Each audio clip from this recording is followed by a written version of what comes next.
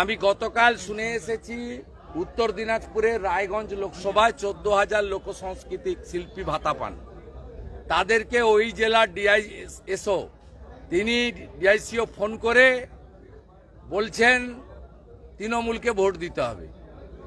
আমি লোকশিল্পীদেরকে বলছি phone record করে আমাকে পাঠান। আপনারা আমার হোয়াটসঅ্যাপ নাম্বার সবাই জানে, আপনারা আমার কাছে পাঠান।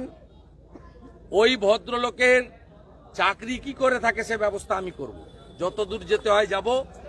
আর লোকশিল্পীদের বলবো ফোন করলে বলবেন আমরা বিজেপিকে আনবো।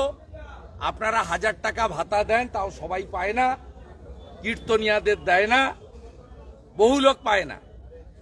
ভারতীয় জনতা পার্টিকে আমরা আনবো, যেমন অন্নপূর্ণা ভান্ডারে 3000 টাকা করে দেবে বলেছে বিজেপি, তেমনি লোকপ্রসাদ শিল্পী ভাতা, বার্ধক্য ভাতা, বিধবা ভাতা, দিব্যাঙ্গ ভাতা, তফসিলিদের ভাতা, কৃষকদের ভাতা, জনজাতিদের ভাতা 1000-এর বদলে 3000 টাকা করে বিজেপি ক্ষমতায় আসার প্রথম মাস থেকেই দেবে। আমি আপনাদের কাছে বলে দিলাম, লোকপ্রসাদ শিল্পীরা এই উত্তরটা জেলা তথ্য সাংস্কৃতিক আধিকারিক তাকে দেবে।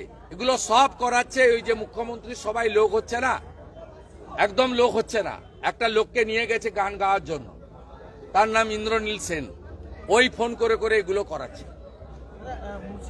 ওর বিরুদ্ধে অভিযোগ হচ্ছে।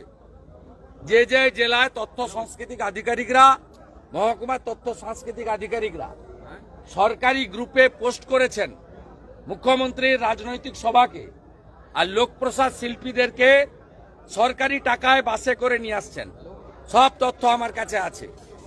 অভিযোগ হচ্ছে, কালকের মধ্যে অভিযোগ হবে। রামনবমীর দিন মুর্শিদাবাদে যে মিছিলে হামলা হয়েছে সেটা নিয়ে এনআইএ তদন্ত দাবি করে দৃষ্টি আকর্ষণ করা হয়েছে। খুব সঠিক, বোমা ব্যবহৃত হয়েছে। পারমিশন নেওয়া মিটিংয়ে যেভাবে সংগঠিতভাবে, এবং শুনলে অবাক হয়ে যাবেন, শক্তিপুরে যে বাড়ি থেকে পাথর ছোঁড়া হয়েছে সিভিক ভলেন্টিয়ারের বাড়ি। সিভিক ভলেন্টিয়ার হোম পার দপ্তরের বেতন পায়, সরাসরি পুলিশ মন্ত্রী এর সঙ্গে যুক্ত।